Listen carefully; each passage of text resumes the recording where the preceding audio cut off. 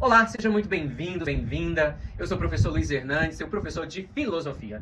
E nossa aula é sobre os contextos de surgimento da filosofia. Para nos guiar, vamos seguir um mapa claro, dividido em 4 grandes períodos da filosofia grega. Primeiro, o período pré-socrático, onde tudo começa, com a pergunta sobre a origem do cosmos. Segundo, o período socrático, momento em que a filosofia vira sua câmera do universo para o ser humano. O período sistemático, a era dos titãs, grandes filósofos, Platão e Aristóteles, que construíram os grandes sistemas filosóficos da antiguidade. E por fim, o período helenístico, quando a filosofia se torna uma bússola para a vida individual, uma arte de viver. Pronto para a nossa jornada? Pronta para a nossa jornada? Então vamos começar! Nossa jornada não será apenas uma viagem no tempo, será um mergulho profundo na própria estrutura do pensamento ocidental. Vamos investigar a maior revolução intelectual da história da humanidade, o nascimento da filosofia. Nós não vamos apenas ver o que os filósofos pensaram, vamos entender por que eles pensaram daquela forma, quais problemas eles tentavam resolver e como as soluções que eles propuseram ainda definem, hoje em dia, quem nós somos. Prepare-se, esta é a história de como aprendemos a pensar. Do mito ao logos, o Big Bang da razão. Tudo começa por volta do século VII a.C., não em Atenas, mas em suas colônias comerciais, como Mileto, na Jônia. Imagine um mundo onde toda explicação para a realidade era dada pelo mito. Um terremoto? A fúria de Poseidon. Mudança das estações? O luto de Deméter por sua filha Perséfone. O mito oferecia sentido, mas era dogmático, sagrado, inquestionável. Até que pela primeira vez, alguns homens começaram a buscar outro tipo de resposta. Outra resposta. Uma resposta que não viesse dos deuses, mas da observação e da razão. Essa é a passagem monumental do mito ao logos. O primeiro desses homens, considerado o pai da filosofia, foi Tales de Mileto. Tales de Mileto nasceu em 624 a.C. e morreu em 546 a.C. E sua pergunta era cosmológica, metafísica. Qual é o princípio fundamental, a substância única, da qual tudo no universo... Os pré-socráticos deram o nome de arqué. Arqué é princípio originário, fundamento imutável. A resposta de Tales era baseada na observação de que tudo que é vivo é úmido. E foi, portanto, a água. Isso pode parecer simples hoje, mas foi um salto gigantesco. Pela primeira vez, a causa do mundo era um elemento natural, observável, e não a vontade de um deus. Depois dele, outros buscaram suas próprias respostas. Anaximandro de Mileto dizia que era o ápeiron, o ilimitado, uma substância infinita e abstrata. Anaxímenes de Mileto, o ar, que se transforma por rarefação e condensação. Heráclito de Éfeso, o fogo, símbolo do devir, da mudança incessante. Ninguém se banha 2 vezes no mesmo rio, dizia Heráclito. Parmênides de Eleia, uma virada radical. A mudança é a ilusão dos sentidos. A única verdade acessível pela razão é o ser, que é eterno, imóvel. Esses pensadores, os pré-socráticos, ou também chamados de filósofos da natureza, inauguraram a metafísica. Eles nos ensinaram a procurar uma unidade racional por trás da multiplicidade caótica do mundo. No século V a.C., o foco da filosofia muda drasticamente. Saímos do cosmos e mergulhamos no homem. Essa é a virada antropológica. E o palco é a Atenas democrática. E seus protagonistas são os sofistas. E o seu maior adversário, Sócrates. Os sofistas, mestres da retórica. Protágoras, por exemplo, dizia que o homem é a medida de todas as coisas. E sofistas como Protágoras e Gorgias eram professores que ensinavam a arte de vencer debates. Para eles, não existia uma verdade universal. A verdade era relativa. Era aquilo que você conseguia convencer os outros a aceitar. Mas é isso de Sócrates. Sócrates discordava profundamente. Ele acreditava que existiam verdades universais, como a justiça e o bem, e que a tarefa da filosofia era buscá-las. Mas essa busca não começava no céu ou nas estrelas, mas dentro de nós.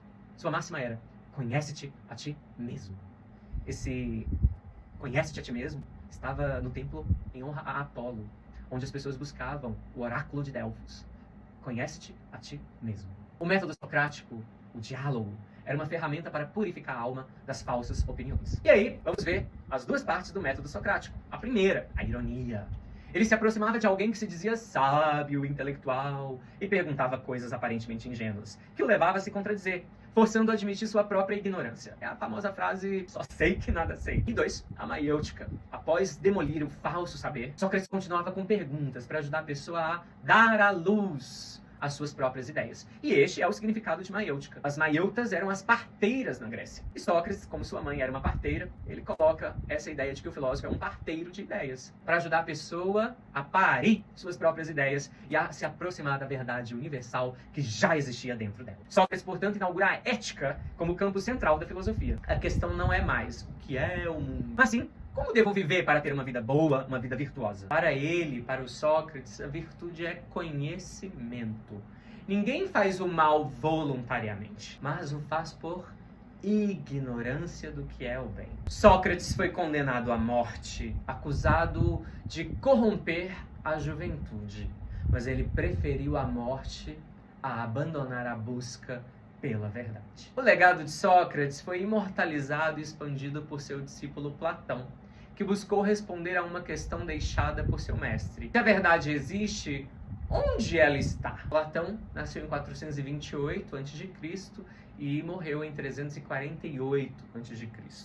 E a resposta de Platão é uma das teorias mais famosas da história: a teoria das formas ou das ideias. Ele propõe a existência de dois mundos: o mundo sensível, o mundo dos sentidos, que nós percebemos por meio dos sentidos, que é um mundo de aparências, sombras, mudanças e corrupção. E o mundo das ideias, o mundo que está acima, é um mundo inteligível, eterno, imutável e perfeito, acessível apenas pela razão, e onde residem as formas perfeitas de tudo o que existe.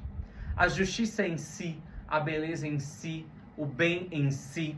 A melhor forma de entender isso é através da sua alegoria da caverna, descrita no livro 7 da obra A República. Imagine prisioneiros acorrentados desde a infância no fundo de uma caverna, forçados a olhar para uma parede.